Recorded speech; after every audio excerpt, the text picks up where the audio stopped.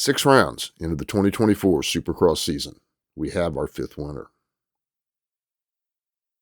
Kenny Roczen's popular win was the first of the season, his 3rd in Glendale, and the 22nd of his career. Just 2 weeks earlier, Cooper Webb's Triple Crown victory pulled Coop out of a tie for 10th with Roczen. But now the longtime rivals are tied once again. Jet Lawrence regrouped from well back in the pack after being elbowed off the track by Webb in the opening moments of the race. He battled past the likes of his former teammate, Chase Sexton, former points leader, Aaron Plessinger, and his own big brother, Hunter, before finally chasing down Eli Tomac to take the last spot on the podium from the former 2-time champion. After giving Lawrence a solid shoulder, Webb looked racy and on his way forward in the opening laps of the main. That look would be short-lived. Webb, not known as a Blue Groove specialist, has only an average finish of 7th place in Glendale in previous years, and that is exactly where he would end up at the end of the night. Previous points leader Chase Sexton had the red plate slip from his grasp. Little surprise, given that he reportedly couldn't hang on to even his own handlebars as late as Thursday before the Glendale race. Kawasaki's Jason Anderson, who'd been the fastest qualifier of the day, gave chase to Roczen early, but in the end would settle for 2nd, the 48th podium performance of his career. Former points leader Aaron Plessinger won his heat race for the 2nd successive week and shot out of the gate in the main just a click behind Kenny, but would only run 2nd for 2 laps before tucking the front end and slipping all the way back to 19th. He then clawed his way back into the top 10 by the time the checkers flew. Tomac finished 1 position behind Lawrence in 4th, for what is surprisingly his 2nd best finish of the year, after his 2nd place at the Anaheim Triple Crown. Unable to hold on to a podium position, Tomac definitely fell well short of a 6th Arizona win. Hunter Lawrence brought it home in 5th place after smartly giving way to his brother midway through the main for his best yet finish in the Premier class. It was the first time 2 brothers have ever finished in the top 5, the same Premier class main event. Hunter sits 9th in points, even after failing to qualify for the main at the first round in Anaheim. His rather stellar rookie year has been overshadowed by the fierce fight at the front, and of course, as usual, by his own younger brother. The winner on the night now sits just 6th in the standings, but is only 15 points behind the leader. Imagine what could have been had Roczen not fallen while in the lead on the first lap of the San Diego main. And so, it's on to Arlington, with Dallas being a mainstay on the Supercross schedule for nearly 5 decades running. The antecedents of Supercross itself began in Texas. Not Dallas, however, but Houston. And with no Houston stop on the schedule for 2024, we're going to digress and point out something that is oft overlooked. True big-time indoor dirt bike racing did not begin with the 1972 Super Bowl of Motocross, but rather the 1968 Grand National Short Track and TT races held in the Houston Astrodome. The Houston Astrodome Short Track National was big in every way. The setting was big, pre-race promotion was big, the entry list was big, and so were the prize money and the attendance figures. In the late 60s, the Astrodome was the largest indoor stadium the world had ever seen, and was dubbed the 8th wonder of the world. It was the first multi-purposed domed sports stadium. Predating enormous domes to come, such as the Superdome in New Orleans, as well as the now demolished Pontiac Silverdome near Detroit, the Georgia Dome in Atlanta, the Metrodome in Minneapolis, the King Dome in Seattle, and RCA Dome in Indianapolis. The Astrodome was almost inconceivable to those who first set eyes on it. It was a bit like the stories of natives not seeing incoming European sailing vessels, as their brains could not conceive of what their eyes took in. Construction on the stadium began in 1963, more than a year after the ceremonial groundbreaking, and it officially opened in 1965. It served as home to the Houston Astros of Major League Baseball from 1965 until 1999, and was also home to the Houston Oilers of the AFL, later NFL, from 1968 until 1996. and was also the part-time home of the Houston Rockets of the NBA from 1971 until 1975. But enough of this stick and ball nonsense. The venue also hosted massive rodeo events and even dirt track car racing. In 1968, some 32,000 people relaxed in the plush Astrodome seats to watch America's finest flat track racers battling for national championship points. This was the largest crowd ever to attend a motorcycle race in the U.S., indoors or out, at the time. Bear in mind also that 32K was the seat count for one night, and the Astrodome races were double headers, running both flat track and TT events on successive nights.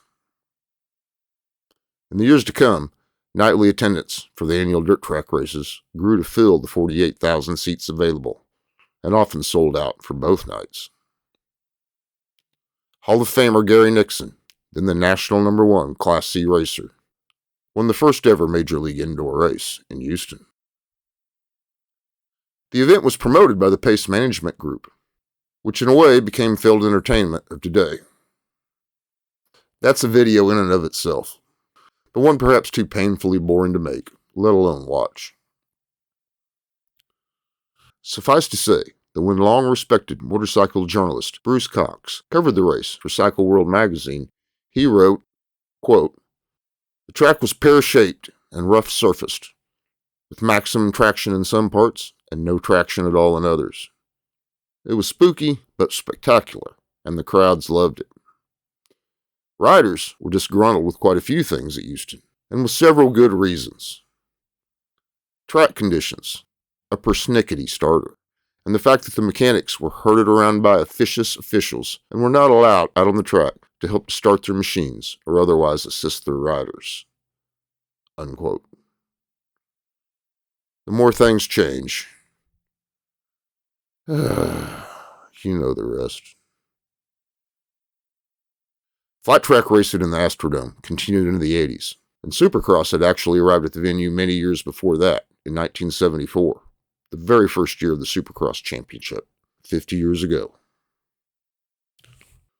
Hopefully Houston, which has hosted so many Supercross races, will be back on the schedule someday, and there'll be time to delve deeper into down south Texas Supercross.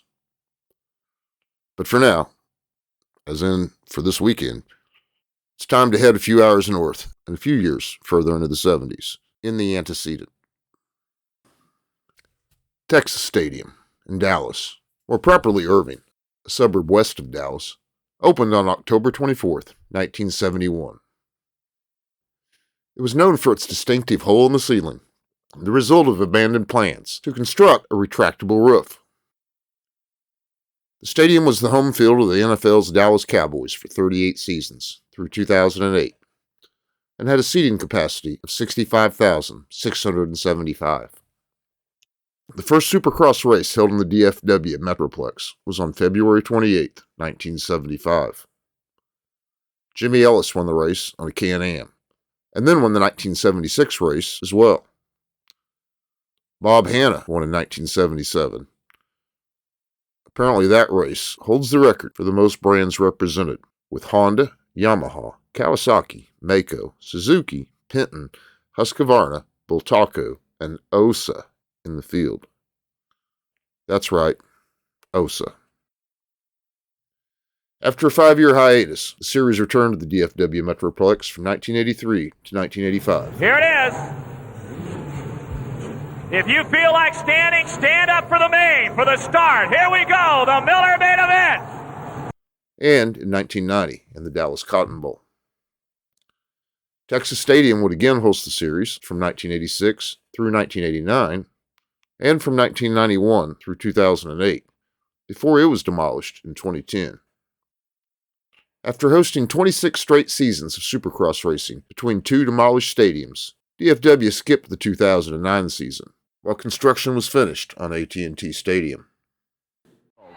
Hello everyone, I'm Larry Myers. Welcome to Supercross 91, the Ultimate Challenge. With me, former Supercross star and Texan Steve Wise. That signature hole in the roof played a part in making the Dallas stop renowned for hard-packed conditions, with the generally hot Texas sun baking the track surface throughout the day. Yet, one of the more memorable races in that era was Doug Henry's first ever Premier Class Supercross win. In a pouring rainstorm that dumped right through the roof, Henry jumped triples the other riders, including the then dominant Jeremy McGrath, thought better of. AT&T Stadium hosted its first Supercross race in 2010. The series has returned to Arlington every year since. Throughout the history of Dallas-Fort Worth Supercross, Texas Stadium hosted 25 events.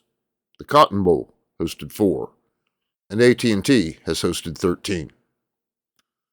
The 2024 Arlington Supercross will be the 46th race held in the DFW and 17th in AT&T Stadium.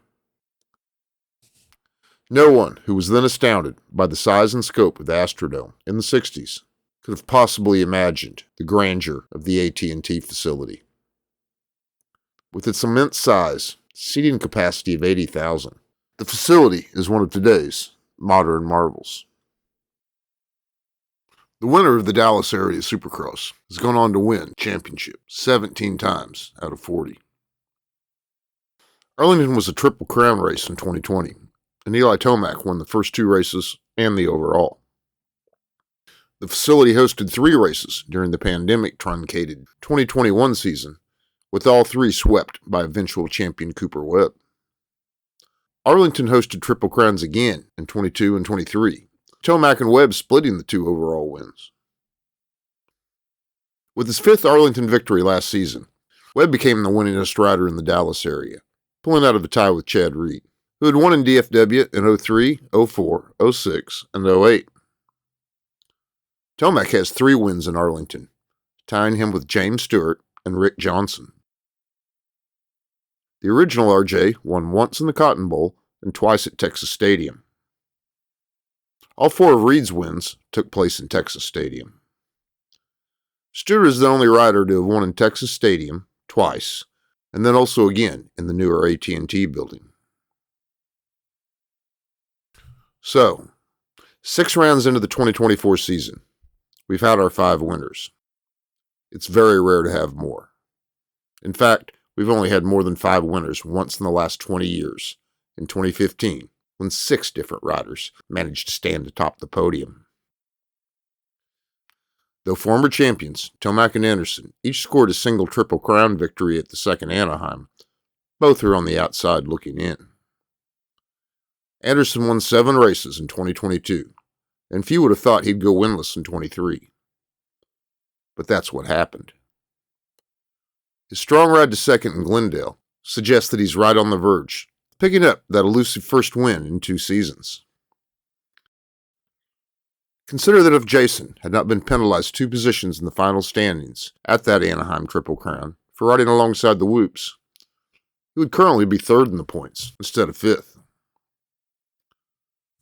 For Tomac, though he's always good in Dallas, Daytona looms even larger on the upcoming schedule. The season starts there, according to Ricky Carmichael.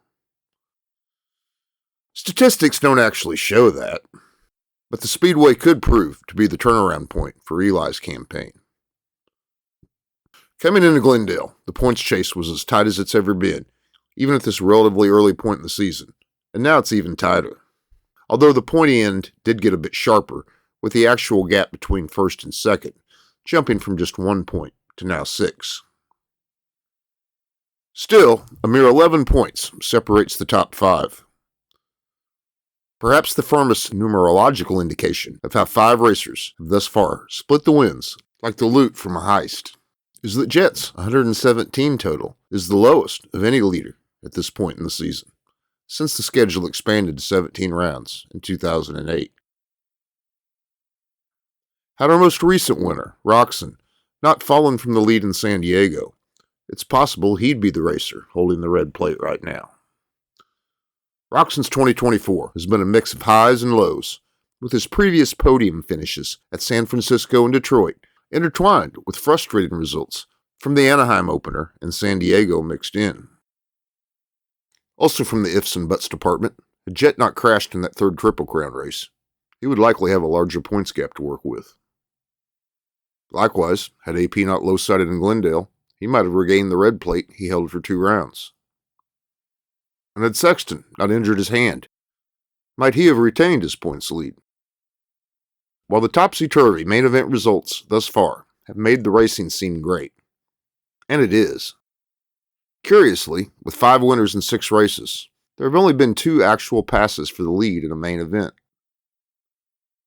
Jason Anderson made a pass for the lead on Cooper Webb in race 2 of the Anaheim Triple Crown. And AP passed Roxon when the 94 crashed in San Diego. Beyond that, the leader after lap 1 has went on to win each race. Still, at this point in the season last year, 35 points was the margin between 1st and 5th in the series. This season, it's just 11. And going back to 7th in the standings, Tomac is just 17 points down. Compare that to Justin Barcia sitting 42 points down in the 7th position going into round 7 of last year. Barcia, too, has won a race in 3 of the last 4 years. But frankly, it appears he may be 3 for 5 at season's end. Still, there are 10 more races left after Arlington. Anything can happen. Well, Jet Lawrence seems the steadiest rider out there right now. He hasn't exactly been the picture of consistency, and especially not when it rained. His finishes have ranged from winning the opener in Detroit to not even cracking the top 5 a couple of times. Same goes for Chase Sexton, Aaron Plessinger, Cooper Webb, and now Ken Roxon, who have each won a race, but then have also had their bad races. Can this season of uncertainty continue? Unlikely. When will the true contenders shake out, as they always do? Since the adoption of the 17-round series 16 years ago, the points leader at the end of 6 rounds has gone on to win the title 10 times. As the series heads back east in earnest, the chase continues. And hey, if you liked this video, please like this video. Feel free to subscribe. It is, I understand, free of charge. Meanwhile, thanks for watching this.